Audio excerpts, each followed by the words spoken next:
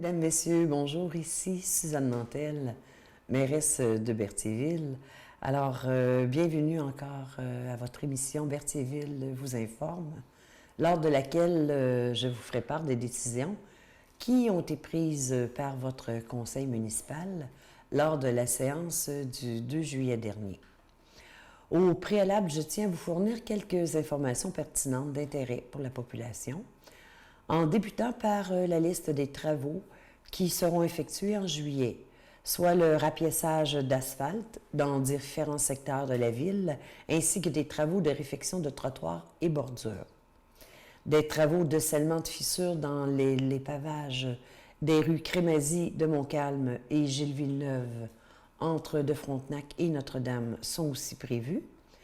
Le balayage des rues durant la semaine du 15 juillet et finalement le traçage des lignes des rues, si évidemment la température le permet. À savoir aussi qu'une deuxième borne de recharge pour les véhicules électriques est maintenant disponible et opérationnelle, située dans le stationnement de la bibliothèque municipale. La semaine dernière, les élus municipaux ont eu une présentation sur un projet de décret émanant du ministère des Affaires municipales et de l'Habitation, visant à déclarer une zone d'intervention spéciale afin de favoriser une meilleure gestion des zones inondables.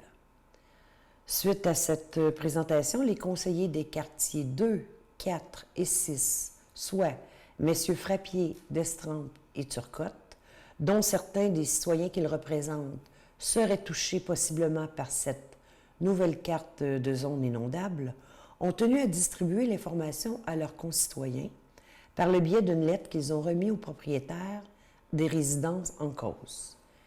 Il va de soi que Berthierville n'est pas en accord avec l'ensemble des secteurs visés de cette nouvelle cartographie et en défendra sa position. Déjà, suite à la lecture du communiqué distribué la semaine dernière, certains propriétaires nous ont fait parvenir copie des lettres qu'ils avaient envoyées aux autorités provinciales telles que mentionnées dans le communiqué, s'objectant au décret et jugeant la nouvelle cartographie erronée. Le 4 juin dernier, le lendemain de la dernière séance, nous avons fait parvenir une résolution relative à la problématique des ponts, de la route verte et du chemin du roi auprès du ministère des Affaires municipales, du ministère des Transports, au ministère de la Culture, ainsi qu'à notre député provincial et ministre du Tourisme. À ce jour, nous n'avons reçu qu'un seul accusé-réception sans aucun engagement en provenance du ministère des Transports. C'est vraiment très désolant de constater le peu de préoccupation de notre gouvernement provincial pour des dossiers d'importance pour notre développement économique et touristique. C'est un dossier que le Conseil continue à suivre. Et finalement, dernière information, que lors du congrès des directeurs municipaux, 10 gestionnaires de la région de la Naudière ont mérité un prix hommage à l'engagement municipal. Parmi ces gestionnaires, notre directrice générale, Mme Sylvie Dubois, y figurait pour ses 25 ans de service. Félicitations donc à Mme Dubois pour cet engagement et son parcours professionnel au nom des élus du conseil municipal. Une première résolution a été formulée autorisant la directrice générale et la greffière et directrice adjointe, trésorière, à demander et à recevoir de la Sûreté du Québec des informations relatives aux antécédents judiciaires lors de l'embauche de personnes à des postes administratifs ou lorsqu'elles ont à côtoyer des jeunes. Par la suite, une résolution d'appui a été accordée dans le cadre du programme d'aide aux collectivités rurales de la MRC de Dautré pour un projet déposé par CTRB demandant une contribution financière de l'ordre de 20 912 $ provenant de l'enveloppe budgétaire de Berthierville relatif à l'ajout de nouveaux services pour leur organisme. Le dépôt d'une demande de subvention au programme d'aide à la voirie locale a aussi été approuvé pour l'année 2019 en considérant les sommes disponibles et les travaux à exécuter pour réparer le réseau routier municipal et ainsi en limiter sa détérioration.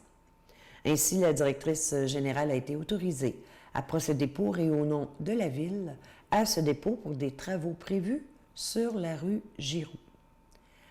Aussi, dans le cadre des travaux effectivement prévus sur la rue Giroux, après publication dans le journal L'Action d'Autrey, ainsi que sur le site web du système électronique d'appel d'offres, nous avons reçu 4 soumissions, dont les montants variaient entre 415 000 et 440 000 $. Le plus bas soumissionnaire conforme étant la firme Sintra Incorporée, au montant de 415 561 $. Elle a donc obtenu le contrat. Nous avons autorisé dans ce dossier une appropriation de l'excédent affecté pour la réalisation de ces travaux.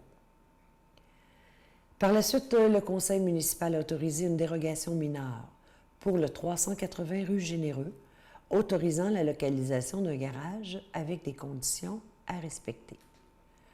Nous avons aussi autorisé la demande de permis pour la transformation d'un local commercial en logement sur la propriété sise au 518-524 rue de Montcalm.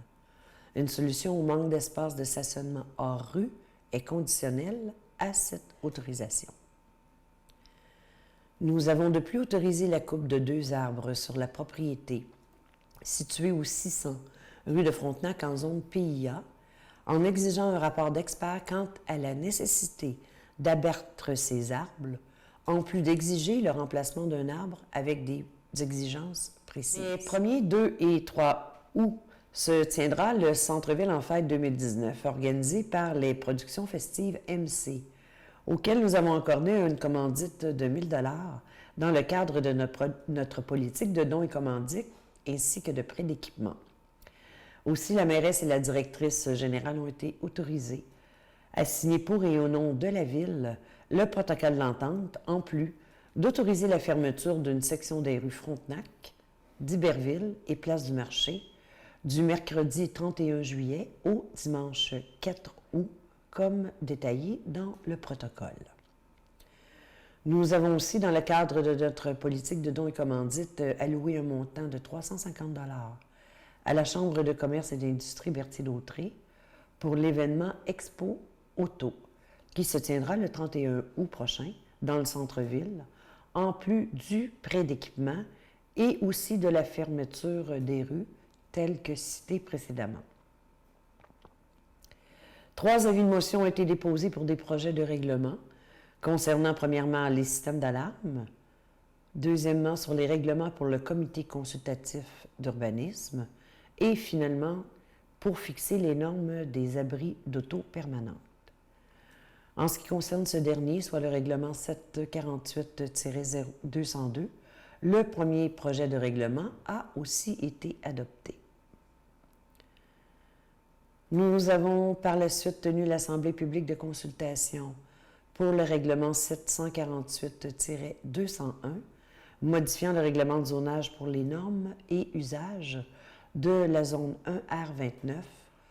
En fait, il s'agit de la construction de bâtisses de 6 logements au lieu de 4 dans le cadre du projet intégré dans le secteur de l'avenue Pierre de Lestage.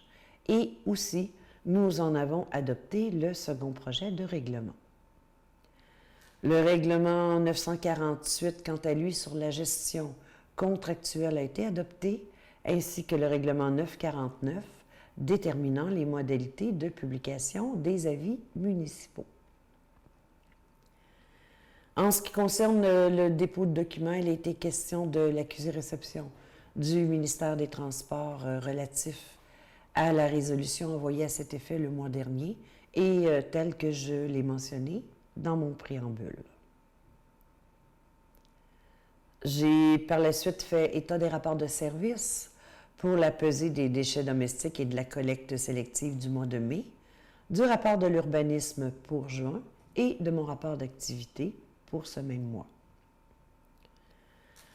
Nous avons, en fin de séance, octroyé un contrat à la compagnie Les Entreprises Berthier Incorporées pour l'enlèvement de l'Arche de l'Amitié, située à l'intersection des rues de Montcalm et de Frontenac, au coût de 770 $.